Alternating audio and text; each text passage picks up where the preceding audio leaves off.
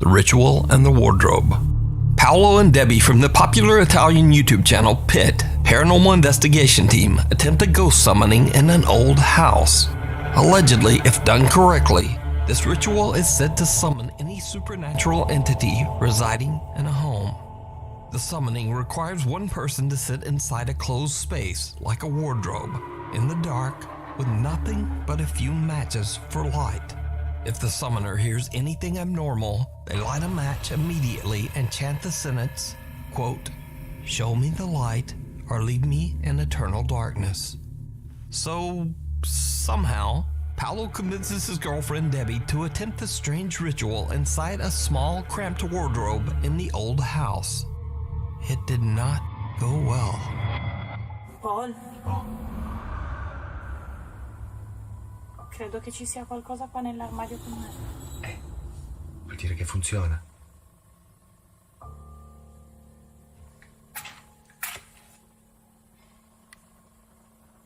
Prossima volta devo prendere dei fiammiferi un pochino.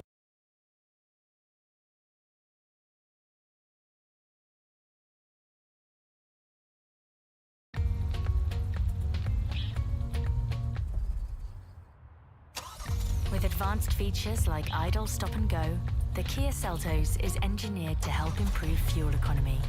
Kia, movement that inspires. Dash that's delicious with DoorDash and Cactus Club Cafe. For a limited time, get $10 off your first Cactus order of $30 or more. So you could dash that fave that you crave and save. Cactus Club Cafe, delivered with DoorDash. It's the creepy video that freaked everyone out. I'm honestly just kind of scared. Welcome to Watch Mojo, and today we're counting down our picks for the top 20 creepiest unexplained security footage.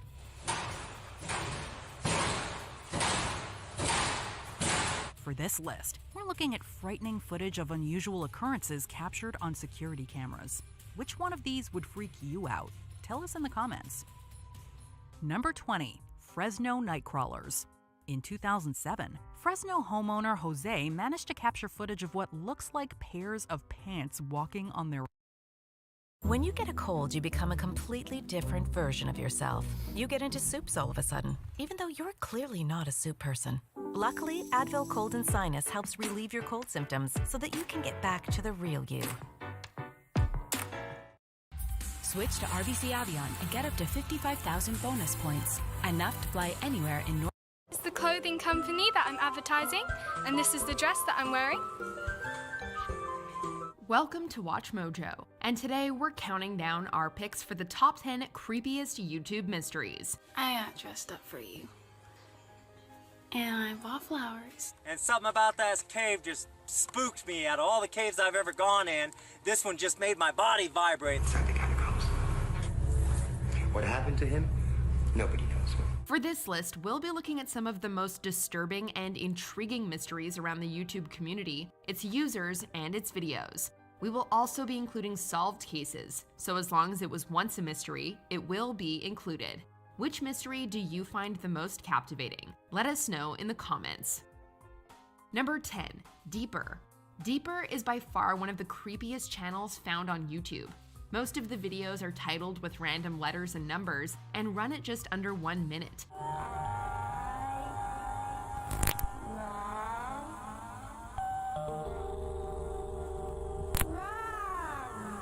The content varies, with some taking place in the woods, others in a suburb, and even in eerie abandoned locations. Many contain distorted audio, just to add to the creepiness, and some come equipped with codes to be deciphered. This is where things get even creepier. The ciphers contain the names of murder victims who disappeared around Colorado.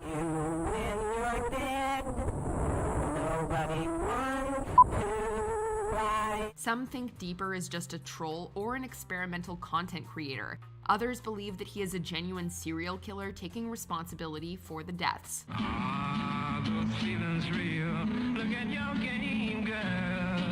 Number 9, Talika Patrick.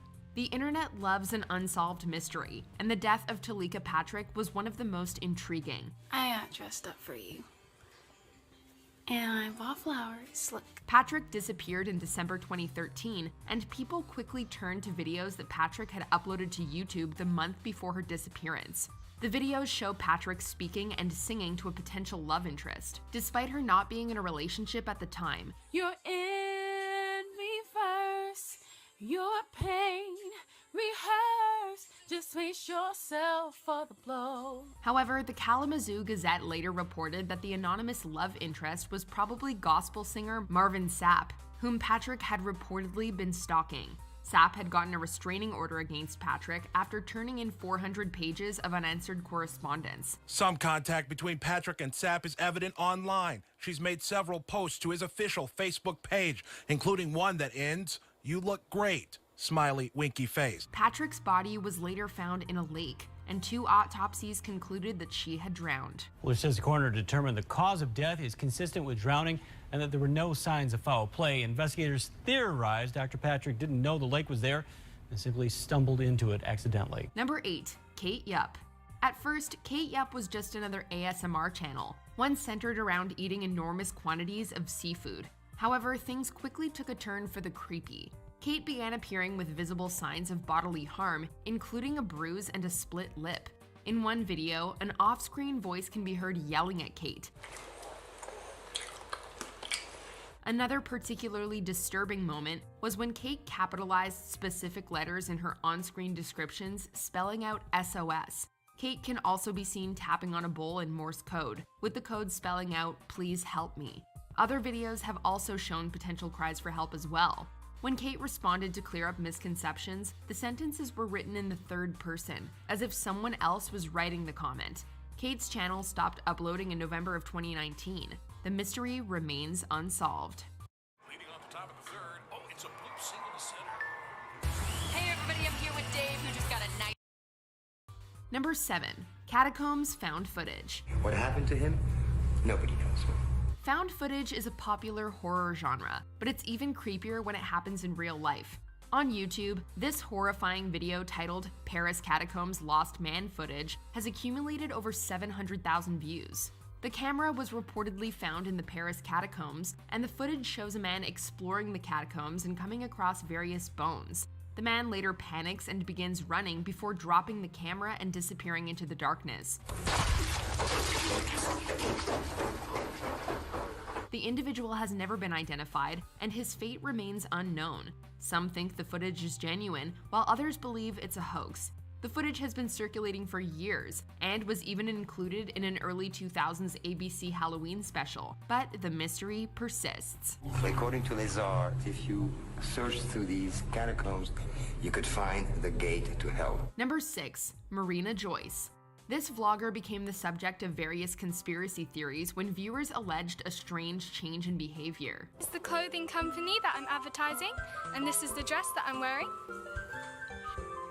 They thought she looked scared in the video Date Outfit Ideas, and a theory quickly spread that Joyce was being held against her will and forced to make videos. Some people even called the police, who later reported that Joyce was safe. I was really happy that people were concerned about me. Can we take a minute to think about how destructive my life was? When I started to think about what I had to say to you, I started crying. That seemed to be the end of it. However, Joyce later went missing in July of 2019. She reappeared on August 10th, and despite being found alive and well, and despite Joyce's claims that she never went missing in the first place, the internet still suspected foul play. Questions remain unanswered as Joyce and her boyfriend have refused to divulge more information. Number 5. Skinny Bob. Back in 2011, YouTuber Ivan0135 uploaded 4 short videos. They showed purported UFOs and aliens that were supposedly taken from classified government material and collected between 1942 and 1969. One video depicts a flying UFO, one a crashed UFO, and another a gravely injured animated YouTube channel Super Planet Dolan until 2016. That year, the Danger Dolan channel revealed that Shima Luan had all but disappeared. No one knew where Luan had gone or why she cut contact with the YouTube channel. But I'm going to reiterate, we don't know where she is. She just vanished off the internet one day. I really hope she's okay, but none of us have heard from her. YouTuber Scare Theater later did a video on Luan, and a member of the Dolan crew named Hellbent responded in the comments. He insinuated that Luan was safe but didn't provide specific personal details, citing Luan's privacy. In December 2020, the profile picture of Luan's personal YouTube account was changed to a black and white photo of fallen leaves. What it means remains uncertain, as does the reason for Luan's disappearance in the first place. Number 3. Kenny VIDS. And something about that cave just spooked me. Out of all the caves I've ever gone in, this one just made my body vibrate. A proud hiking enthusiast from Nevada, Kenny VIDS went by the YouTube name Snakebit McGee. And that is it. So see you later, tortoise. VIDS was better known for In April 2009, the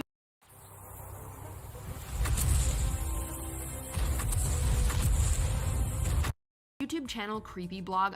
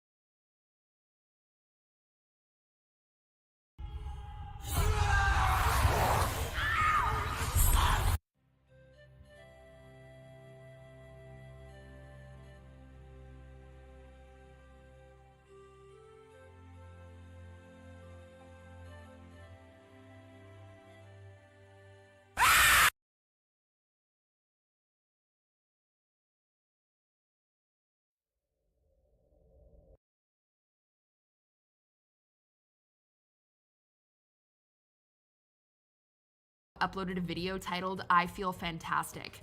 It depicts a horrifying android singing an original song to the camera. The android was reportedly built by a man named John Bergeron, and the video sees the android raising its hand, moving its head, and laying on the floor. All the while, creepy electronic music plays in the background.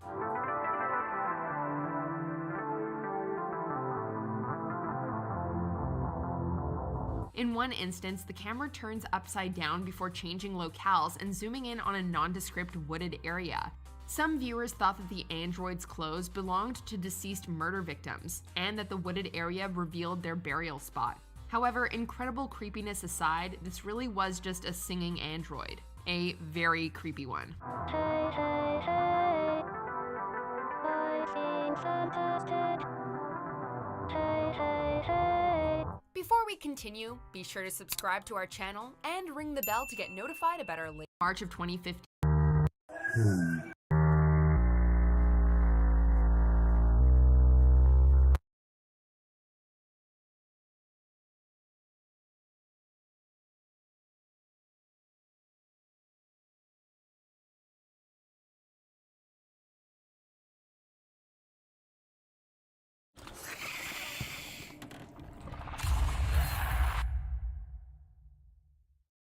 Cold sore?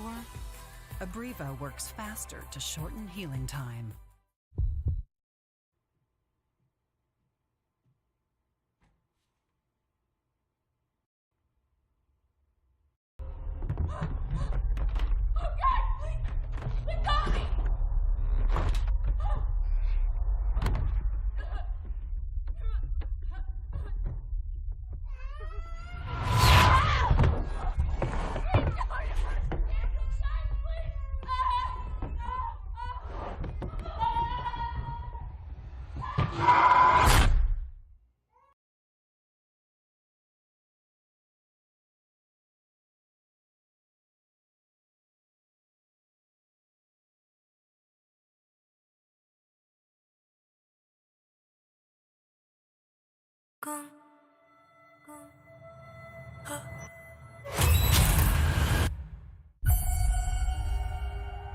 What is it you like to talk about?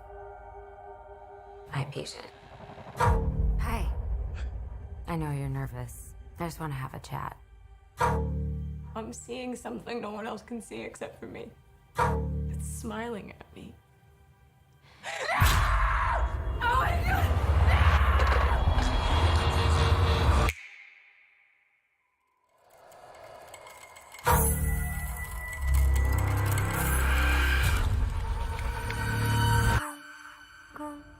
Yesterday, a patient in your care died brutally in front of you. I need to find an explanation for what happened. It's smiling at me. It's smiling at me.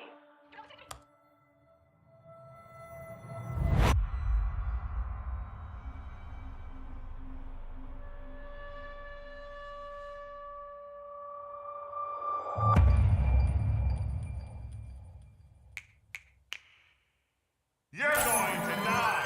You're going to die! You're going to die! You're going to die! I found 20 cases involving 19 victims with a direct line linking them all together. You said only 19.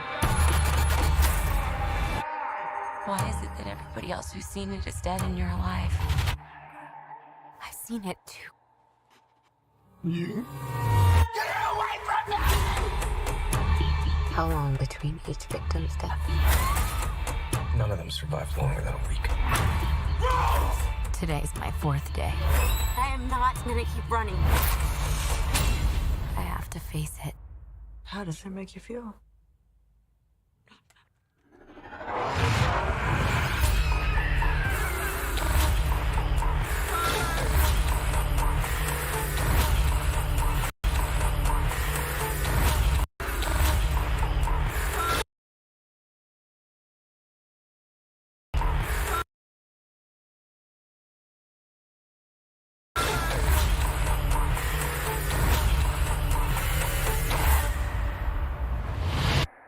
I'm just really scared that something bad is going to happen.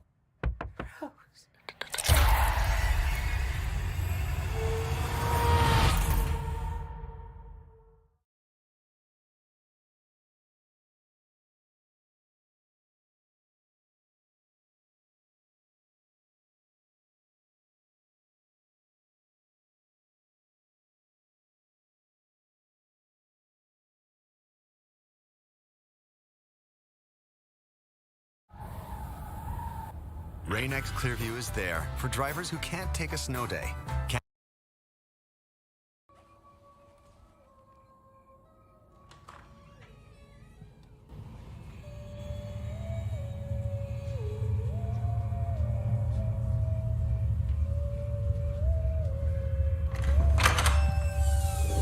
Sue? I can't sleep. Well, it's way past your bedtime. Won't you rock me to sleep in your big, strong arms? There's plenty of room under the covers. It's a hot night. You don't need to wear pajamas. Where is my daughter? Are you mad? I am your daughter. No, you're not. Come here. What did you do with Sue? I didn't touch her, I swear. I don't believe you. Please, for God's sakes. She's a girl. You sick.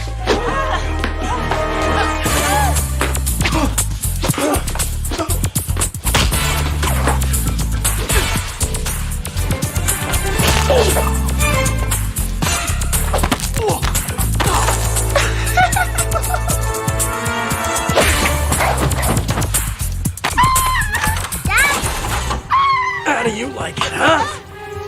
Having fun?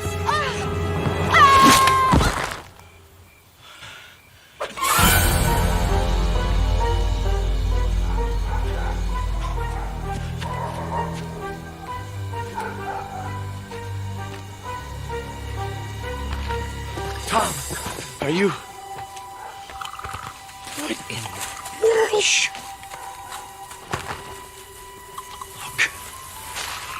What is that thing? I don't know. Maybe Cindy was right.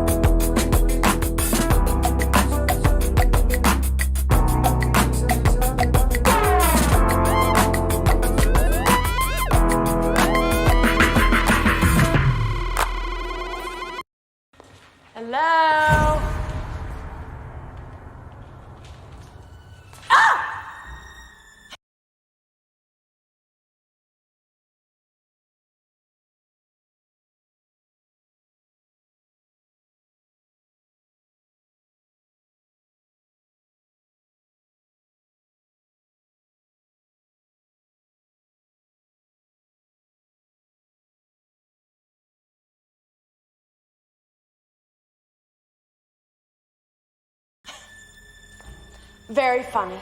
Who put you up to this, Cindy? Lose the cape. It's way too 90s horror. Oh, so what movie is this from?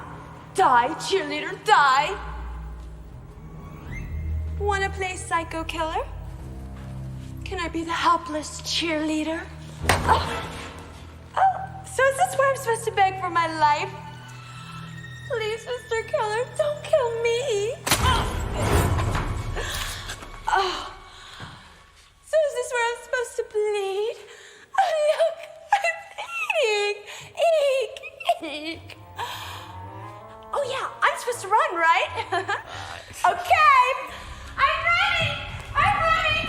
Help! Help! Oh, now I'm gonna fall and break my leg, leaving me helpless. Ah! There you go, Mr. Scary Killer. I'm panicking now. Oh, guys, somebody, please help me. Oh, no. No. Oh, now what? Oh, I guess this is the big climax. Hope you don't mind if I fake it. Oh, look at me. I'm all dead.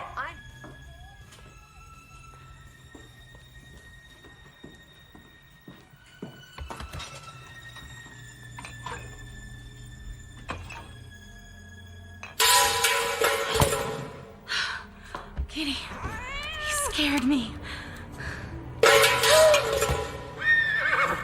Percy, oh, you scared me too. Hello?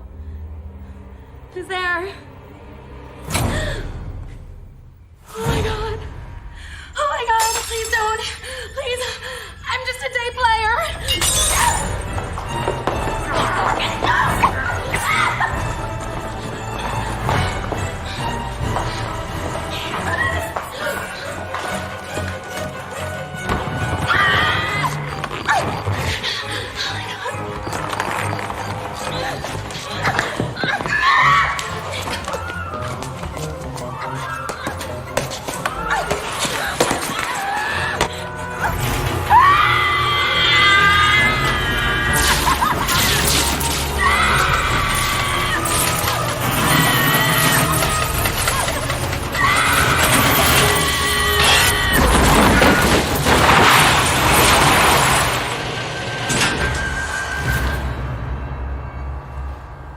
Is that you, Randy?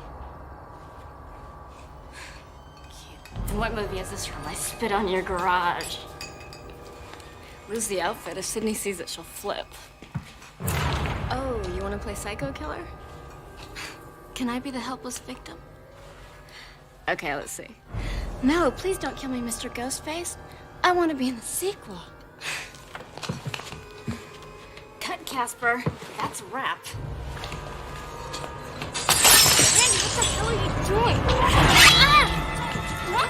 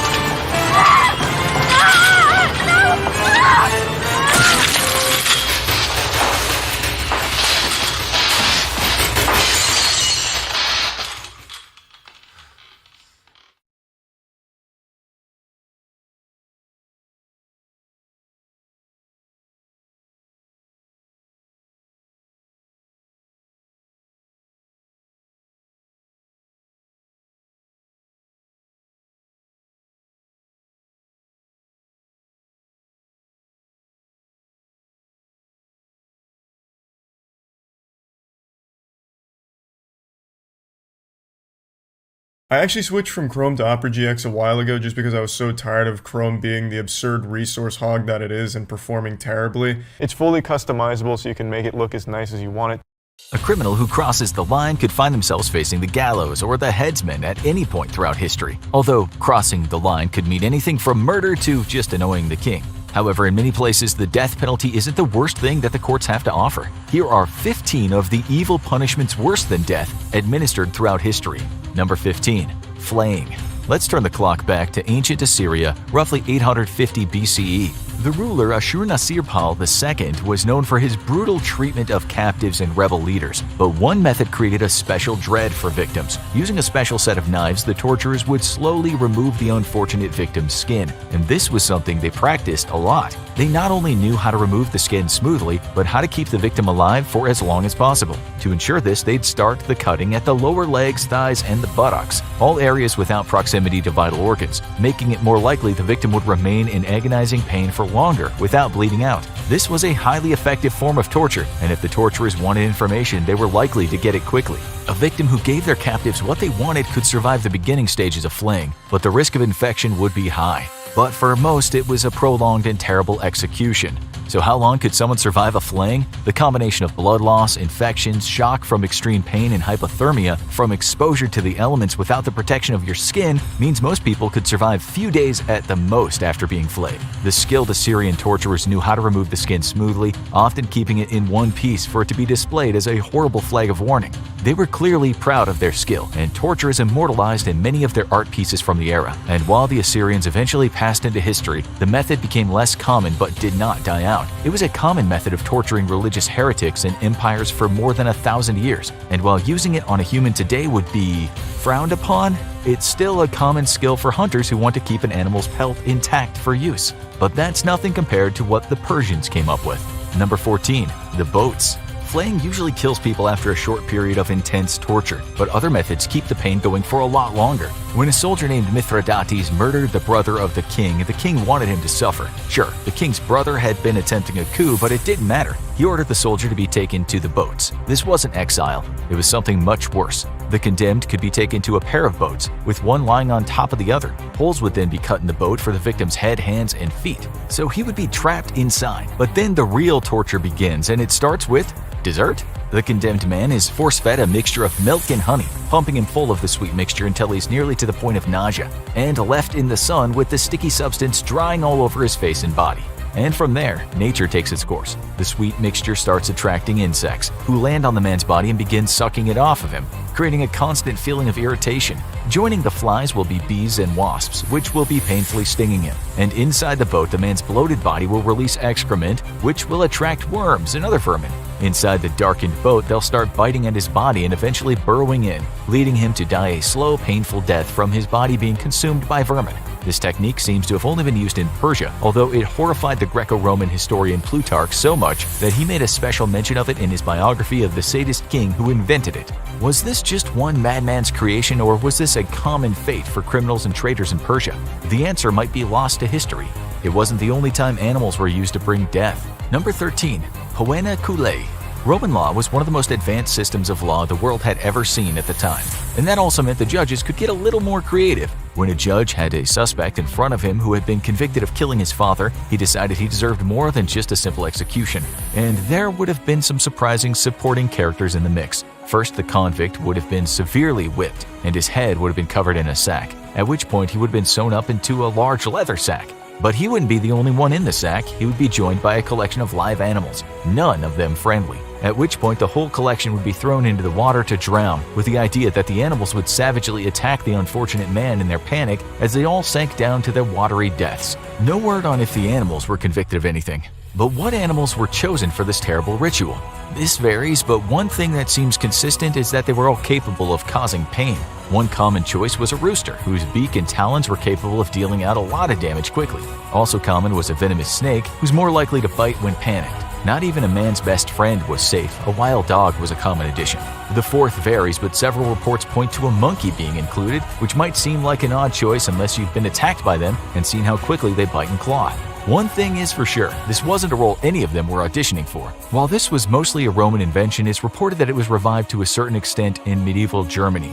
There, only a cat and a dog were used, and they fought like, well, you know. Unlike other forms of execution, this one wasn't about prolonging the torture of the victim, it was simply about making those last few minutes before drowning as horrible as possible.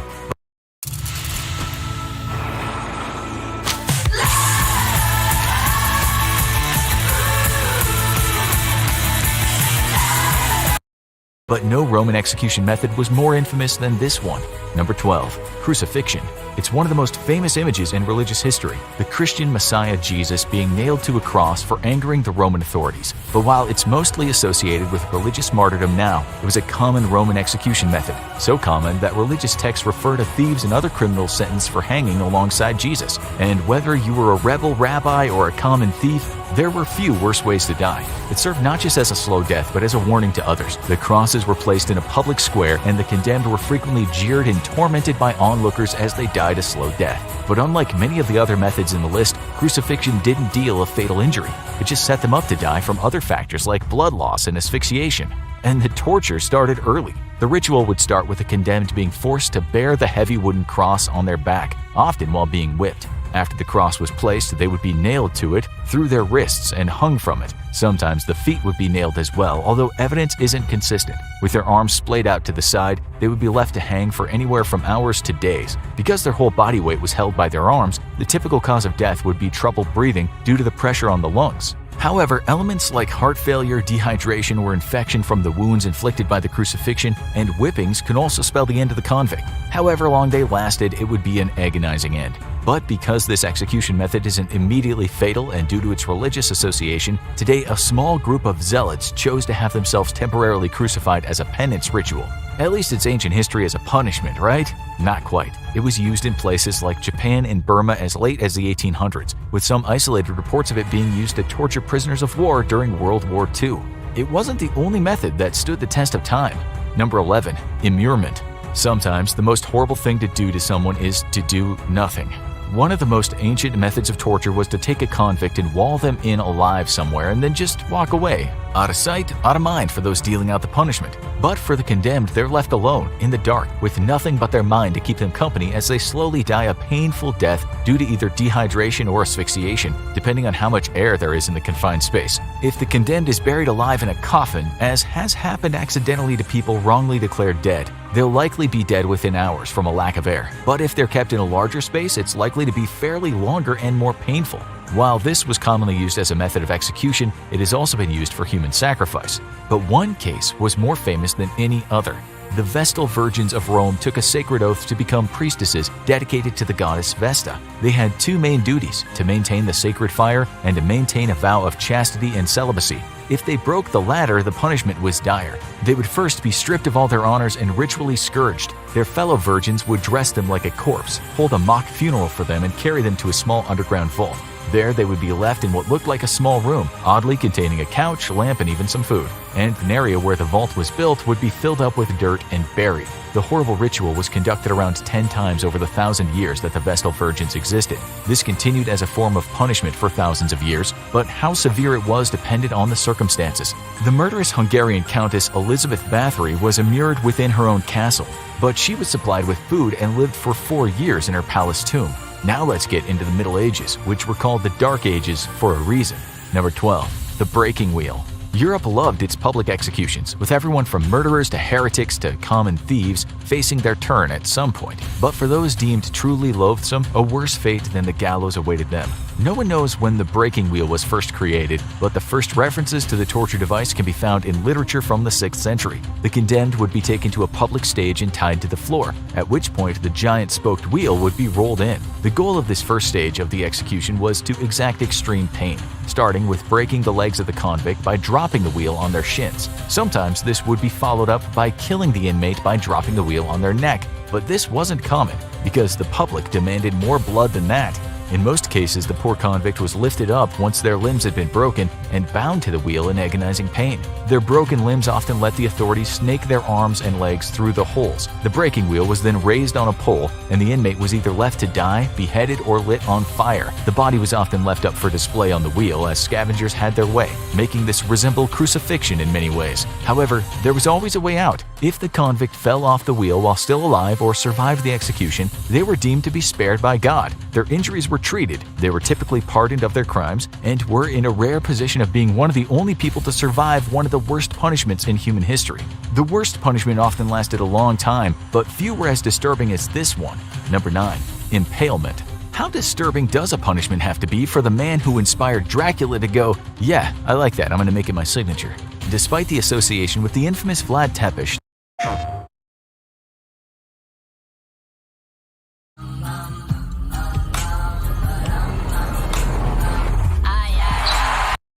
the Romanian leader didn't create the punishment of impalement. It had been used since ancient Mesopotamia as a way to punish particularly hated criminals. It was a simple method, but almost unspeakably brutal. A large sharpened stake is taken and inserted up the backside of the unfortunate convict and pushed forward until it emerges through the mouth, almost always causing fatal damage. They were supposed to serve as a message, as the stake was then raised and planted in the ground with the victim still attached to it. In the most brutal cases, fields of these victims were planted as a grim warning to anyone thinking of invading the territory. At least it'd be a swift death though, right? Maybe, maybe not. While poorly trained users would no doubt pierce the internal organs and lead to the person bleeding out in agonizing pain over a few hours, some more modern users figured out how to thread the stake effectively and follow the spine. This caused minimal damage and allowed the person to linger for days, with the record reportedly being 8 days. Wait, did you just say more modern users? Yep, this horrible tactic did not die with Vlad the Impaler. It was used extensively by the Ottoman Empire, most infamously during the Armenian genocide that began in 1915. There are also reports that it was used by the Dutch rulers of the East Indies during the colonial era. Vlad, no doubt, would be proud. This next technique might be the most infamous execution method of the Middle Ages. Number 8. The rack. Most of the punishments on this list are execution methods that get a little too ambitious with prolonging death. But punishment isn't the only goal of torture. Sometimes the torturers need some information, and the old guard was willing to get a lot more brutal than slapping people with a phone book. Enter the rack, a simple device that looks like an old-fashioned washboard, but this device wasn't used to clean clothes. It was used to create pain. The wooden frame featured a roller at both ends. The victim's hands were tied to the top end, while their legs were attached to the bottom end. As the interrogation advanced, the torturer slowly rolled the rack, extending the victim's arms and legs until they could give no more, and it only gets worse from there. Unlike the other methods, the rack doesn't deliver immediate fatal injury. Rather, it deals out slow-level pain that gets worse and worse as the ligaments, cartilage, and bones of the arms and legs are stretched beyond what they can handle. This can quickly break a person down, as their shoulders and hips separate and their limbs are ruined. Even if one was able to escape the rack, it's unlikely they could walk after it did its work. This also kept the person immobile for future torture, such as using hot coals to burn them. The rack was so feared that sadistic interrogators would often use the rack on one person and force another to watch to try to break both of them down. The use of this device mostly died out in the 1600s, but it was reportedly revived in 18th century Russia. But it wasn't the most common method of torture in the Middle Ages. Number 7. Auto de fe. The Spanish Inquisition was one of the most infamous affairs of religious persecution in the world, as the particularly brutal authorities built on the Roman Catholic Church's enforcement of laws. Opposing religion was largely banned. Converts were surveilled and interrogated to ensure they weren't keeping their old faiths, and anyone suspected of heresy was subjected to extreme torture under the authority of the infamous Hakamada. And for those who confessed, an even worse fate awaited them. They would be subjected to a ritual of public penance where they would be paraded before the public and abused, wearing garments bearing their accused crimes. Then the authorities would proclaim their guilt or innocence. For some, it would be innocence, as they would collapse in gratitude and relief. But for most, it would be guilty, and horrors awaited them. The punishment would typically begin with public whipping and torture, but it would only end one way. The convicted would be tied to a stake, kindling would be piled under them, and they would be lit afire and burned to death while still alive. It was a horrifying way to die, but the only grace of mercy was that many passed out from the intense smoke before they burned to death. This execution technique is typically associated with witch burnings, but most of those killed by burning over the centuries, from the 15th to the 19th, were either religious minorities coating them in pitch tar and covering them with feathers to publicly humiliate them. It was considered a grave insult and good sport for the rebels. But the truth was actually much worse. How do you get the tar nice and sticky? You heat it up. While this wasn't often the case, often tar poured on the victims was boiling hot, and when it dried and came off, it would take pieces of burned skin with it. There's no report of anyone dying from being tarred and feathered. Many of the victims were left in agonizing pain and had permanent burn scars. The punishment became rarer after the revolution, but it was hard to keep good torture down. The Mormon founder Joseph Smith was tarred and feathered by anti-Mormon radicals in 1832, and a German-American farmer named John Meintz was subject to the punishment in 1912. His crime? Not supporting war bond sales of murder, just commit this other murder. This would fall out of favor eventually, but elements of it persisted in the duels that became common in the West. But in other cases, the odds were stacked against you. These trials would often resemble torture, such as the accused being sentenced to trial by fire. In this one, the accused would simply have to walk barefoot over a field of hot coals or hold a red-hot iron. Sometimes the person simply had to accomplish the painful task, but more often they would be checked for signs of injury and only deemed to be innocent if they somehow managed to escape without getting burned. The odds aren't looking great here, but one twist on the trial by ordeal was particularly sadistic. When witches were accused and placed on trial, they often proclaimed their innocence. But how do you prove something that probably doesn't exist? Those who trialed the apparent witches had an idea. The accused witch would be tied up and submerged in water to drown. The idea was that the witch would be able to use supernatural powers to escape. So if she managed to escape, she was clearly a witch and would be put to death. So how would someone prove their innocence? Simple. Die. If the accused witch drowned, they were clearly innocent and would go to heaven, according to the dogma. Even when the accused wins, they lose. The next punishment has some accessories. Number 3. Rat torture. How do you turn rats into man-eaters? The first reports come from Roman Catholic writers alleging torture in the Tower of London during the Elizabethan era. They claimed that as the tide rose and in order to atone for their offenses, they must sacrifice a piece of themselves, particularly a piece of their little finger. This is not only extremely painful, but is considered to weaken them because the little finger is key to maintaining the grip on the hilt of a sword. But that hasn't stopped it from being used for hundreds of years. The penitent Yakuza member begins by laying their hand on top of a clean cloth. They then use a particularly sharp knife, called a tanto, and slice off their little finger just above the top knuckle. They then wrap up the fingertip in a package and present it as an offering to the head of the crime syndicate. Why would they want it? Tradition, because not only was this ritual used as a method of penance, but in the past it was used as a form of payment by gamblers who fell behind on their debts. The good news is, if the agent screws up again, they can do the ritual again. The bad news is, they're gonna run out of fingers eventually. Finally, sometimes there's nothing more terrifying than nothing. Number 1. White torture. Solitary confinement is torture in itself, stripping someone of all their comforts and isolating them from any human contact. But usually, they at least have a sense of space that they can use to orient themselves. White torture strips them of even that by placing them in a cell of nothingness. The prisoner is deprived of color, giving them a cell where the walls, floor, and ceiling are entirely white. Not only that, their clothing is also white, and any food given to them, usually plain rice or porridge, is white as well. Taking this to the extreme, the cell is equipped with bright neon tubes that prevent any shadows from falling on the cell. And the soundproof cell leaves them with nothing but their own mind. And that mind slowly starts going insane. An extreme form of sensory deprivation, this was reportedly used extensively in Iran against political dissidents, who could be held for months or even years in one of these cells. It also showed up in Venezuela, and international human rights groups even accused the United States of using it on accused terrorists in Guantanamo Bay, using goggles and earmuffs to block out their senses. But in all these cases, the facilities are tightly guarded, meaning all anyone has to go on is the reports of the victims, and those are harrowing, with many claiming the extreme sleep deprivation left them unable to sleep even after they were freed, and haunted them for years afterward. What about the children? Watch Worst Punishments of Children through history. If you want to know more about these horrible punishments, check out our Worst Punishments in History playlist to see these punishments and more broken down in bloody detail.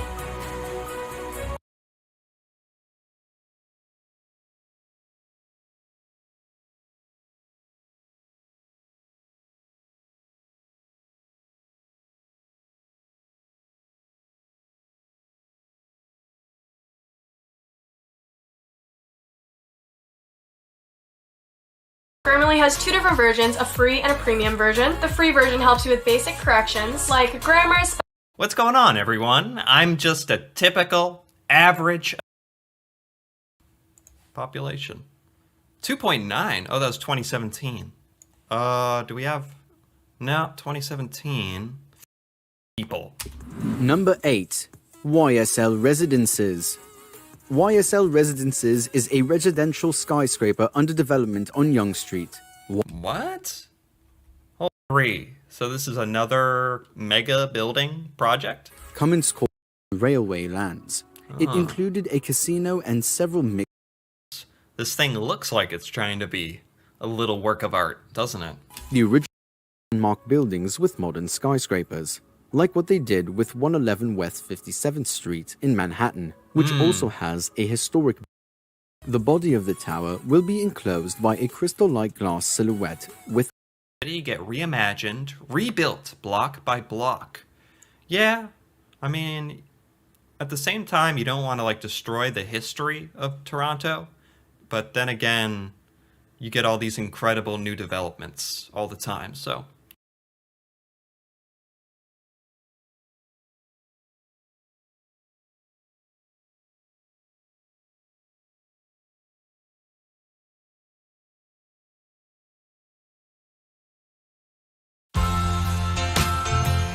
I used to ask myself a lot of questions. Scott, you're at ex-con. How are you an Avenger? That doesn't make sense. But everywhere I go, people tell me the same thing. Thank you, Spider-Man! People still need help, Dad. That's why we made this.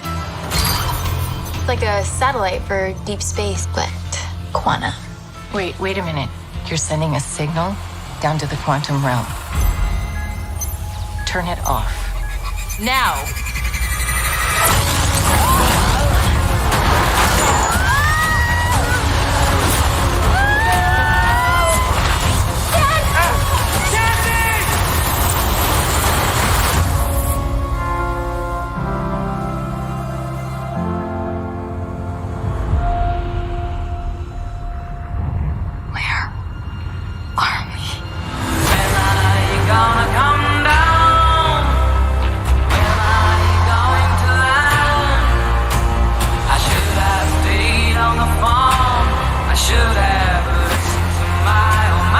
Secret universe beneath ours. What are you so afraid of? There's something I never told you. This place. It isn't what you think.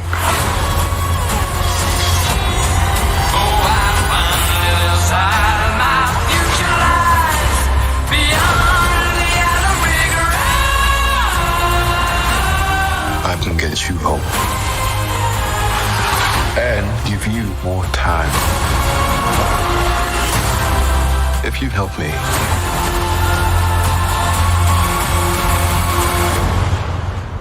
So, what's it gonna be?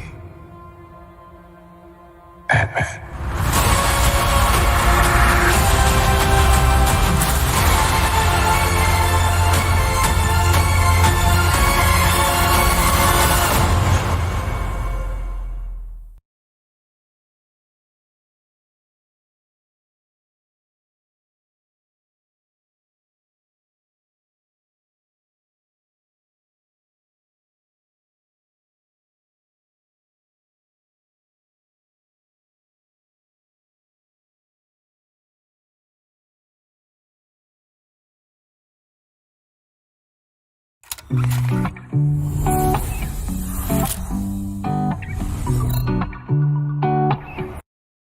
Dusted half the universe into nothingness?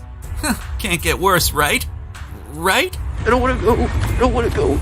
The season finale of Loki has finally introduced us to the MCU's next big thorn in our sides, and he'll go by the name of Kang the Conqueror. Seen as he who remains, Who are you? A conqueror.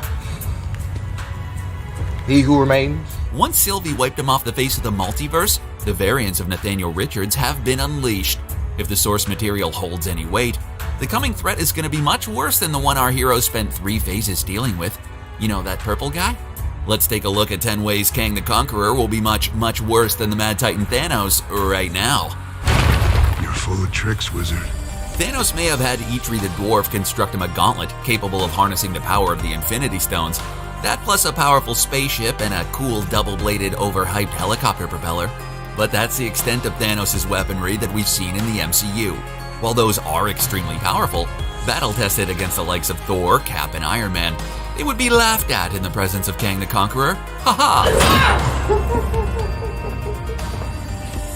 The weaponry we've seen from Kang already have included the temp pads and the prune sticks, but if the comics are any indicator, the best is yet to come. Kang controls a powerful time ship, an overpowered battlesuit, and an ultra-diode ray capable of rendering someone powerless. He can render Infinity Stones useless and likely destroys Thanos in any weapons contest. The original variant that was Nathaniel Richards was born in the 30th century in a universe where the Earth never experienced the Dark Ages. This means that Kang's very upbringing was in a highly advanced technological time period. He is a product of his time, and the best that era had to offer in terms of intelligence.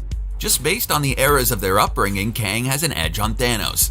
In the MCU, we've never seen Thanos live past the early 21st century, meaning his knowledge of the universe, history, and technology comes nowhere near the Master of Time. So far in the MCU, we've seen two versions of Thanos. There was the main villain who completed his goal and met his end when Thor introduced him to Stormbreaker. Ouch. What did you do? Oh, my forehead. Then there was the one variant of Thanos who came from the year 2014 into the future to attempt to destroy all life itself. Both these Thanos versions have a few things in common. They both wound up in a less than living state, and both of them claim to be inevitable. I am inevitable. That statement was almost instantly proven false by Tony Stark, but with Kang he may actually be able to back it up. For years in the comics, no matter how many times he was defeated, Kang always comes back, sporting a new variant that would learn from the mistakes of the prior Kang. Based on the description from He Who Remains, it seems that there will always be variants of Nathaniel Richards that come to defeat the Avengers. Even in our introduction to him, his final words show us that he will succeed where Thanos fails, letting us know he'll see us soon. Half the universe gone in an instant? Ha! Sounds like child's play. Also, they all came back, so at the end of the day, Thanos has very few casualties on his hands in comparison to Kang the Conqueror. Not only did Kang win the multiversal war, most likely destroying an unbelievable amount of enemies in the process, but he's also been running things for quite some time as He Who Remains. In fact, he's so bored of doing this job that he was ready to hand it over to the two Lokis. The job I'm referring to is sending literally infinite amounts of variants into the void to be destroyed. Yes, Thanos spent a large majority of his life conquering worlds and destroying half the population, but he might as well be a kid with a magnifying glass playing with anthills Insect. compared to the conquering resume that Kang has. Thanos may have mastered the power of the Infinity Stones, but it would seem that those stones would only give him control over reality within his universe. Kang, being a technological genius from the future, has likely unlocked doorways that Thanos could never hope to find, no matter how many Infinity Stones he possesses. Kang has likely followed in his comic book counterpart's footsteps in his ability to unlock access to alternate dimensions. In the comics, the Lord Immortus version of Kang traveled to and subsequently conquered the dimension known as Limbo, setting it up as his base of operations for observation of the rest of the multiverse. We have likely already seen an adaptation of this, seeing that He Who Remains reigns over the Citadel at the end of time to observe the sacred timeline. This shows us that the Kang variants on their way have access to powers granted by places like the Dark Dimension and the Quantum Realm, which Thanos has likely never heard of. Anything that makes Kang way worse than Thanos is the company they keep. Thanos' children do not even compare. First of all, two of them turned against him and joined the Guardians of the Galaxy. The four that remain are the Black Order, and they're generally impressive for the most part. Ebony Maw seems to be one of the MCU's greatest magic users and is a technological genius. Corvus Glaive is one of the greatest fighting strategists in the universe, and Proxima Midnight and Cull Obsidian are some of the MCU's greatest fighters. That's all well and good. Too bad they don't even compare to the pet kept by He Who Remains. Alioth is literally the monster that causes the end of time. He is essentially the watchdog at the void that destroys everything in its path and cannot be destroyed. Loki and Sylvie had to use some special enchantments to get past Alioth, but were nearly reduced to nothing in the process. The Black Order is great, but I'll take Alioth 10 times out of 10. Thanos is, in a word, complicated. His lifelong purpose was to prevent in the universe the atrocities he saw on his home planet of Titan when the resources gave out and the people suffered. Noble on its face, but he chose to commit possibly greater atrocities in the process of preventing them. Thanos initially wants to go planet by planet, wiping out half the population so that the resources can be more plentiful. and eventually uses the Infinity Stones to do this on a universal scale. That is extremely complex. It requires a decade-long quest for the stones, the building up of materials, all for a very specific thing that at the end of the day is clearly more evil than the atrocities he's trying to prevent. Kang, on the other hand, is simple. His purpose is his name, the Conqueror. All he wants to do is conquer. He moves from his world to his universe to the multiverse and becomes the greatest power ever known. It makes much more sense and paints Kang as inherently more evil, given that his goals are purely self-motivated, placing himself at the center of everything. While the Time Stone is an incredibly powerful object, it seems to be yet another useless artifact rendered to nothing but a paperweight by the Master of Time himself. We actually got a lot of those. Some of the guys use them as paperweights. Thanos accomplished incredible feats such as bringing the Vision back to life. However, Thanos' brief ability to manipulate time comes nowhere close to what Kang has been able to do. He's the Master of Time for a reason. Just within the sacred timeline, he knows what'll happen at every moment up until the threshold. We just crossed the threshold. As he who remains, Kang has conquered every aspect of his reality, likely meaning that Thanos was simply a pawn in his game. Sure, Thanos brought Vision back, but only because Kang allowed it. The variants of Kang have probably learned the same overpowered time manipulation abilities, given that the newest one has also created the TVA to control the flow of time, and Thanos was barely able to scratch the surface. There's nothing scarier than a villain who is in such total control that he can take everything into his own hands. Yes, Kang uses beings like Alioth and the TVA to do his bidding, but only because he has them 100% in his pocket. Thanos has a long storied history in the MCU of allowing others to do his bidding while he just sits on a floating throne in space. He allowed Loki to wage war on New York with the Mind Stone in hand. He lent his daughters to Ronan in his quest for the Power Stone. He even told Nebula to bring all 6 Infinity Stones to him while he sat and did nothing. What will you do? Wait. I believe this is the foundational flaw in Thanos' evil capability. Kang will most likely not have this, as a futuristic villain who's conquered numerous timelines more likely takes matters into his own hands.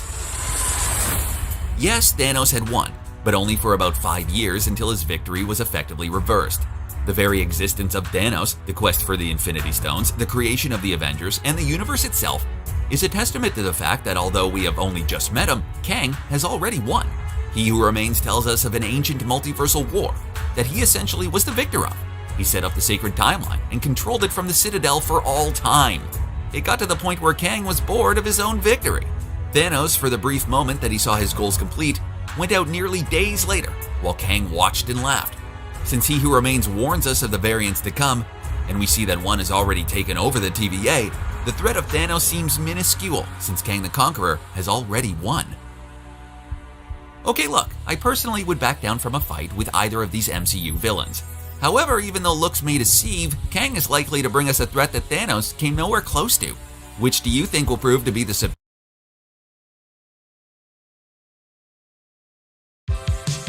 I'm Andrea, founder of a boutique handbag brand, Andy, and this is why I switched to Shopify. I tried 3 other platforms prior to Shopify, and I remember my breaking point. A new villain has steamrolled, or should I say, manipulated to make his return soon to help the Avengers put a stop to the multidimensional Master of Time. Okay. So what's going on with Thanos? Is he alive or is he not alive? Are you telling me we all celebrated in theaters for nothing? Yes, I am. When we look back to Doctor Strange, we learn that sorcerers can't see past the day the sun finally sets for them. However, Doctor Strange was able to see through 14,605 timelines and select the one where he got dusted and will return with everyone else. Also, from a deleted scene in Avengers Endgame, we learn from the Ancient One that the Infinity Stones cannot bring someone back to life. If you're gone, you're gone. So putting 2 and 2 together, the 2014 version of Thanos is alive and kicking it. And Tony, well, maybe you shouldn't have snapped your fingers. So now that we figured that out, the question remains, where is the Mad Titan and how does he make his grand appearance? Well, there's a few theories. After Avengers Infinity War, the popular fan theory was that everyone that got dusted was transported to the Soul World. That same world both Tony and Thanos went to after they snapped. so it's possible that the man known for his chin is there waiting for someone to undust him. However, with the Infinity Stones broken down to a quantum level, it's likely impossible that he'll ever walk his sweet, sweet farmland again. It's more likely that at some point in the MCU, we'll see a variant Thanos. Remember, in Loki, we learned that variants of our favorite characters exist, and now with no TVA ruining all the fun, these variants, along with the multiverse itself, can do whatever it would like to. Also, according to Loki director Kate Herron, any one of these branches, alternate realities, can converge on other alternate realities, or the main MCU timeline, creating a bridge between the two worlds. In simpler terms, a shared universe, meaning if Thanos wants to stroll on in on his Thanos copter, he can do so and start his conquest to make the galaxy a lot more dusty, essentially as many times as he would like to. An infinite number of realities equals an infinite amount of Kangs, as well as any other character in the MCU. So if Thanos is making his grand return, why would he help the Avengers? Well, it's an enemy of my enemy is my friend kind of situation. Kang is the kind of guy that will allow anything that benefits his road to conquering the multiverse, good or bad, and Thanos simply doesn't fit into that equation. Tie that with Thanos' self-righteous path to save the multiverse, the Mad Titan will do just about anything to get the job done, even if that means teaming up with Earth's mightiest heroes. Also, the funny thing is, I'm not just making this up. This team up has happened very recently in the comics, as the Avengers and Thanos took on the man with many names. So one thing I really love when talking about the idea, or more so now the reality, of the MCU multiverse is that all the various and abstract stories we see in the comics become canon in a way. Because who knows, right? Even though we don't see things played out on screen, there are an infinite number of timelines now where these stories can take place. So let's dive into one of those, and spoiler warning in advance. In the recent comic series, Avengers Mech Strike, the Avengers essentially become the Power Rangers, sitting up in mechs to face the new threat which they call biomechanoids. Day after day, Earth's mightiest heroes do battle with the biomechs while trying to understand where they come from and why they're here. Soon, they find their answer, as not only are these beasts from another world, they're from the 31st century, aka Kang the Conqueror. His tech, combined with celestial energy, means bad news for the Avengers and the world, as the blue-faced man has officially conquered time.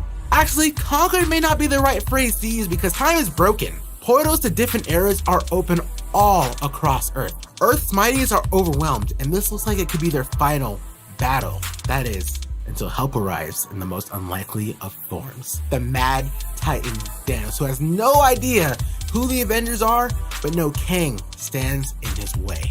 Now, from here, I won't go too much farther into this comic as Thanos gets utterly demolished by Kang. Dude made the Mad Titan see his entire life in a second and then turned to bones. Also, I don't want to spoil the ending in case you do want to read this series, but this shows one of the many timelines where Thanos could assist the Avengers in some way, even if that means he bites the dust. Honestly, what not a better way to showcase the power of the MCU's new big bad by crushing the last one in mere seconds. However, the point of this video is to talk about how Thanos will help defeat Kang, not how Thanos will be embarrassed by the man with many names. My theory is that Thanos will help defeat Kang, but he won't do it alone. It's going to take a brand new team to get the job done. When we first learned about the multiverse from Miss Minutes, we learned the Timekeepers and the TVA exist to prevent a second multiversal war from breaking out. Largely, I think we all thought that was a load of you-know-what. After learning that all TVA agents are variants themselves, and the Timekeepers are nothing more than a bucket of bolts with cool-looking eyes. However, this war was confirmed by He Who Remains in his detailed breakdown of how the variants of Kang came together and duked it out for multiversal supremacy. Now that He Who Remains has kicked the bucket though, and due to the actions of Sylvie, Wanda, or Cap, depending on what theory you believe. With YouTube Premium's background play, you can keep watching the hottest music videos, even while texting your hubby. Get YouTube Premium. All YouTube, no interruptions. Who did this? And why? Believe a second multiversal war is looming, or has very well already begun. We mentioned earlier that when it comes to Kang, whatever takes place in the multiverse is more or less his doing, because he'll allow anything that benefits his rise to the top. And I'm a huge believer that we'll begin to see this influence on the multiverse as early as What If, Doctor Strange in the Multiverse of Madness, and especially in Ant-Man and the Wasp: Quantumania, where we'll possibly see a younger Kang or even Kang Prime. In terms of What If in the Multiverse of Madness, that influence won't likely result in us seeing Kang ourselves, but it could be seen through heroes fighting heroes, as Kang has recruited characters to fight his battles for him in the comics as the Kronos Corps.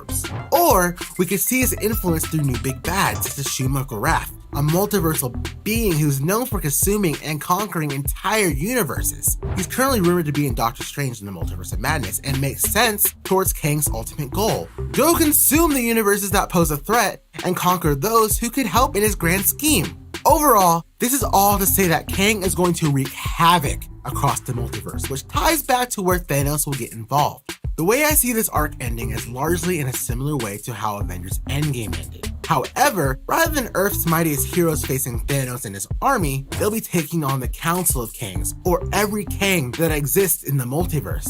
I know, the odds seem steep against a stacked team like that, but here's where things get fun.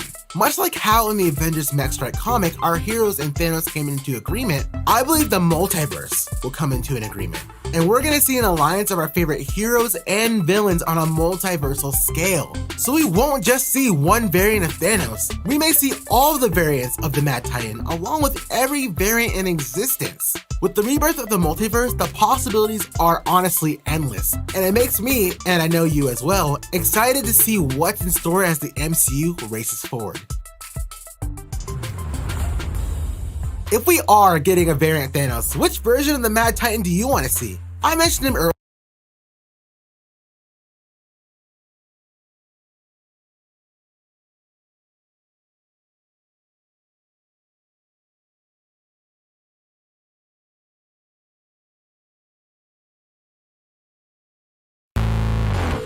He's the best at what he does, and what he does isn't very nice. But also, some of the stuff he does is kinda weird.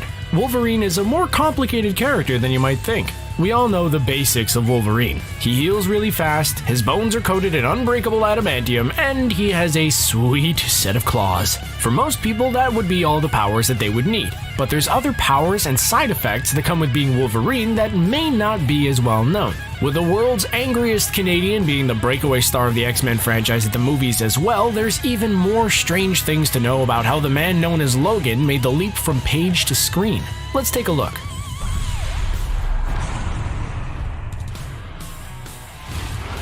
One of the main things that makes Wolverine Wolverine is his healing factor. He's not the only Marvel hero that gets a do-over on any mistakes that might cause injury, but he has made the most of it. One of the ways he's done that is by not dying. Like, for a really, really long time. Logan was born in the 80s. That is, the 1880s. Turns out that Logan had been hopping around the world for a while before becoming Canada's answer to the super soldier. In this regard, he shares something with the Incredible Hulk and tortoises. That's negligible senescence. Since the cells are created new and generally tougher, Logan doesn't age traditionally. Unlike a tortoise or the Hulk, Logan does eventually age. In fact, the storyline where he started showing his age, Old Man Logan, became the basis for Hugh Jackman's final appearance as the titular character. Although a part of that is down to the adamantium on his bones poisoning his system. Without that, who knows how long Logan would stick around? For a guy whose signature move is to have Colossus throw him at the most dangerous thing he can find, it's pretty impressive. We all have that thing we'd like to learn if we just had the time. Maybe we wanted to pick up macrame or finally learn how to play the piano, but Fortnite just added a bunch of new maps and skins and there are only so many hours in the day. But if you had an unnaturally long life thanks to your accelerated healing powers, you have times to pick things up here and there. Especially if you're roaming the world trying to find a place in it that makes the best out of your healing abilities and the bone claws that come out of your hand. For Wolverine, that means that he's had the time to not only learn a lot of fighting and tactics skills, but also has allowed him to become a polyglot. Polyglot is a fancy term for someone who knows a bunch of languages. And thanks to Logan's time and wandering feet, he's picked up a lot of languages. And like I said, he's also learned a lot of fighting techniques and had the time to hone that muscle memory and his reflexes to make him a formidable fighter even without claws. One of the hallmarks of Logan for a long time was the mystery of how he got the way he is. He knew that his skeleton was covered in Marvel's unbreakable miracle metal, but he didn't know why. All he knew is that it made him angry. Eventually, Professor X was able to unlock the truth of the Weapon X program that was so traumatic that he ended up blocking it out. But the Weapon X program wasn't the only thing that he forgot. He forgot his own name. No, not his first name, his whole name. Logan was actually the name of the family friend that killed Wolverine's father during an argument. The event had a profound effect on the young Wolverine, and his brain decided that it had enough of thinking about his name, so it didn't. It turns out that his propensity to forget is just a side effect of his healing factor. As a significant traumatic event happens, his brain heals it quickly, which is to say it packs it away and never thinks of it again. Logan's real name is James Howlett, which doesn't sound as cool as Logan.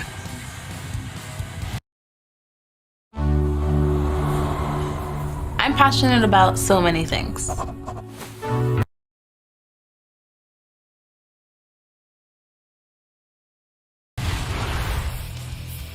A long life of training, learning, and forgetting everything super bad that happened to you might be enough for most people, but Wolverine exists in the Marvel Universe. There's a lot of different kinds of threats that one can face in that universe, including Werewolf by Night. Is there another kind of werewolf? And actual Dracula. The one thing these two classic monsters share is the ability to make other people like them. Dracula can make people vampires, and Werewolf by Night can make new werewolves out of anyone he doesn't kill all the way. While it might be fun to start thinking about a werewolf Wolverine, don't get used to it. Another aspect of his healing factor is that it also heals curses. How does that work, you ask? Turns out the curses are tied to your cells just like anything else.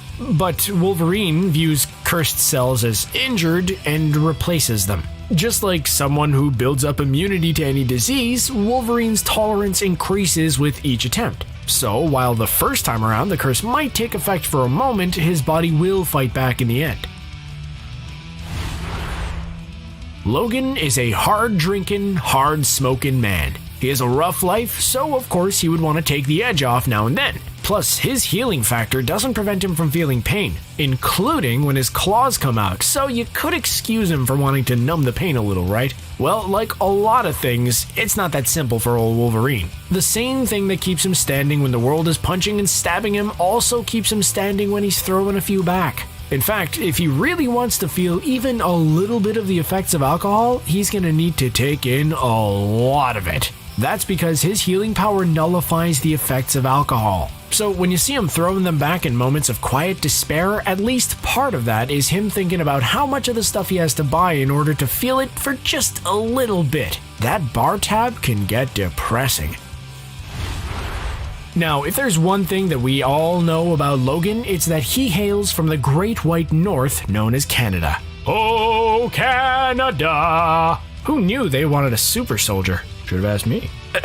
There are a few things that everyone knows about Canada. They like hockey, they're really polite, some of them say about funny, a boot, and the winters are really cold. That last part gets truer the further north you go, especially during the winter. When Wolverine debuted in The Incredible Hulk number 181, it's when the Hulk was trying to find some isolation in the cold northlands of Canada that he encounters the only Canadian that doesn't say sorry. The Hulk was there because he thought no one else could stand the super cold weather. But for largely the same reasons the Hulk could handle it, so can Wolverine. His healing factor allows him to shrug off the damaging effects of extreme weather. In fact, he's been left out in the cold with nothing to protect him before and not only wasn't affected, but ended up just having a nice nap.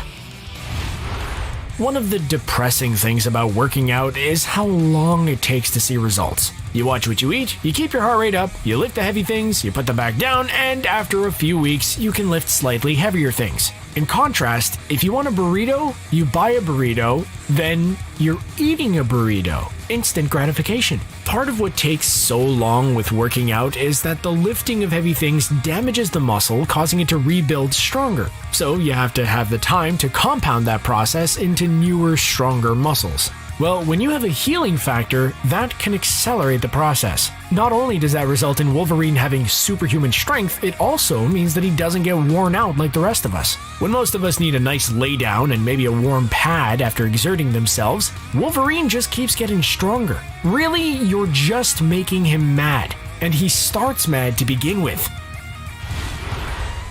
There are plenty of animals in the world that have varying degrees of regenerative powers. There are certain lizards that can detach their tail in an emergency and are able to regrow it. Salamanders can regrow limbs and partially damaged organs. Immune cells called macrophages restart the organ and limb building in salamanders and axolotl. Yes, science! For axolotl, they need those macrophages. Whatever the mutant gene in Wolverine is that makes him regenerate is a lot more ever-present. Just how much Wolverine needs to be left over for him to regenerate? A single drop of blood, it turns out. With conditions, that is. In X-Men Annual number 11, Wolverine threw himself in harm's way to protect Storm, resulting in the villain Horde pulling his heart out. Kalima!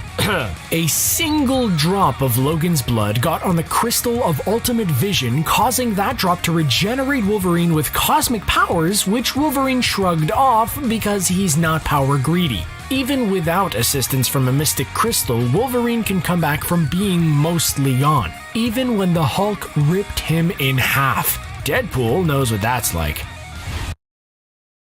Being a Hulk asks for balance.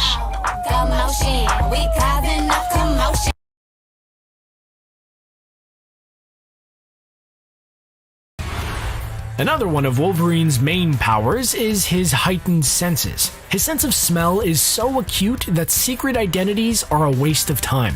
Wait, does that mean that someone could figure out superheroes' secret identities just by using a bloodhound? This is what villains get for not being dog people. He also has acute vision, including telescopic vision and night vision. If you want to fool Wolverine, you have to pull out all the stops. Not just in trying to impersonate other people, which takes Mysterio levels of deception, but just trying to get away with telling him that those mutton chops still look current. Just like another Marvel hero with heightened senses, Wolverine is able to use those senses to detect when someone lies to him based on their heart rate. So on top of being a raging, fighting machine that is nearly impossible to stop, you can't even lie to him and say you got a thing to get out of a fight.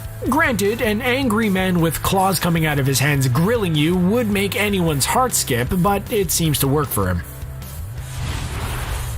Most of us think that we have a special connection with our pets. Mostly, though, that's because we have a limited number of expectations from us. Fluffenstein needs to be fed, head scritched, and the door to be held open so she can change her mind about going outside. Why? Why did you stand there meowing only to walk off after I opened the door? Did you want me to leave? You're cold, Fluffenstein. Stone cold. Wolverine does have that special relationship with animals, however. In fact, he has enough empathy with animals that it can go two ways. He can get what animals are after and convey his own wishes. That's down to him using the same set of language tools they have, their senses. By working in the same sensory world as the animals he encounters, including being able to smell pheromones, Wolverine knows where the animals are coming from. Rather than talking to the animals Doolittle style, he uses body language, sound, and positioning to get animals on his side.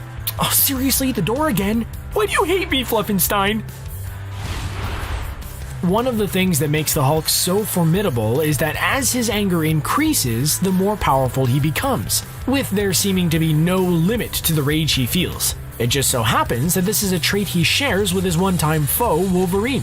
While Wolverine isn't exactly powered by rage in the same way that the Hulk is, the dude is not exactly a paragon of anger management. Logan actually puts a lot of effort into containing his more primal rage because just like the Hulk, when he takes the cork off the rage bottle, things go off the rails pretty quickly. Maybe not destroy half of downtown Johannesburg bad, but pretty bad. In Wolverine's berserker rage, as we know, Wolverine loses all senses of rationality or control.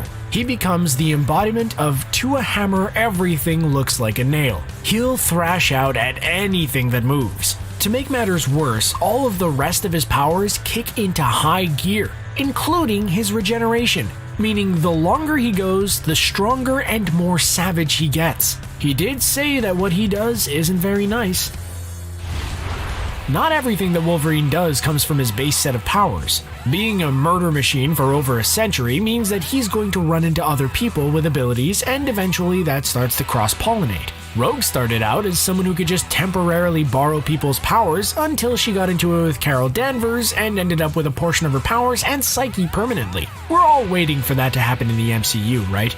That is going to be great. Anyway, Wolverine has met Professor X more than he remembers. The first time, he was there to kill the founder of the X-Men, but Professor X wasn't into it, so he cleared out Wolverine's mind so he didn't know what he was there for. By way of apology, Xavier installed a certain level of psychic protection in Logan's mind to keep another psionic from poking around in the head of one of the deadliest people in the Marvel Universe, which makes a whole lot of sense. Remember Johannesburg. If you ask, Logan will tell you that he's a loner. He's that quintessential 80s and 90s lone wolf anti-hero. You don't want to get involved with him, darling. He's a rough ride. People get hurt. Don't try and change me, baby. We're both better off if I'm just on my own. A lonely man in a lonely world. Except, Logan is actually terrible at being a loner. He's really more of a joiner. He's been on the X-Men, the X-Force, 3 different Avengers teams, and was a member of Canada's superhero team Alpha Flight. He's even been part of the Fantastic Four during a strange period where that included Spider-Man and Ghost Rider. You heard me. It's not just the team-ups. He's also paired up with various heroes for lengthy adventures as a mentor, bromance, or a reluctant fellow traveler. He even took Kitty Pryde on a tour of Japan. Thanks to his age, he's had time to run into all sorts of heroes, like spending a little of World War II with Captain America himself. He's even teamed up with Spider-Man in a popular storyline. Speaking of Spider-Man, we almost got an epic surprise with the wall crawler and his unlikely mutant friend. Film rights, as we've learned over the last decade, are a tricky thing. For instance, Disney owns the rights to the Hulk, but not to a Hulk solo movie. So now the Hulk piggybacks in other people's movies. Spider-Man's film rights were with Sony until Disney and Sony worked something out. Then they didn't. Then they did again. The mutants were locked away at Fox with the Fantastic Four until Disney won the game of corporate hungry hippo and obtained Fox, bringing mutants and the Fantastic Four back home. Before showing up in Civil War, Spider-Man was almost part of another surprise crossover. Hugh Jackman was scheduled to make a cameo in Sam Raimi's 2002 film Spider-Man. The only thing that held up Wolverine's appearance? They couldn't find the costume. That's right. Not only was Wolverine going to show up in a Spider-Man movie, he was going to do it in the costume. I'm just going to sit down for a second. While we're on the subject of Wolverine on the big screen, after 18 years as the character and numerous appearances, it's hard to imagine anyone else playing the rugged Logan than Hugh Jackman. Sure, he's almost a foot taller than the character he's playing, but he does it so well it just doesn't matter that much. As we prepare for the mutants coming to the MCU and a new set of actors taking on those roles, we can look back at Wolverines that never were. Before X-Men finally hit screens in 2000 with Jackman as Wolverine, there was a lot of fan casting, including superfan Glenn Danzig fan casting himself. Dougray Scott was actually Bryan Singer's first choice for Wolverine, but Tom Cruise said no. Scott was committed to Mission Impossible 2 and wouldn't accommodate Scott's schedule to take on the role of Logan. Even deeper, at one point, James Cameron was eyeing an X-Men movie. His choice for Wolverine? Bob Hoskins of Who Framed Roger Rabbit fame. He is short. Those are some of the stranger parts of being Wolverine. What's your favorite? What did we leave out? Could Bob Hoskins have beefed up for the role? Let us know in the comments, and while you're there, why not subscribe?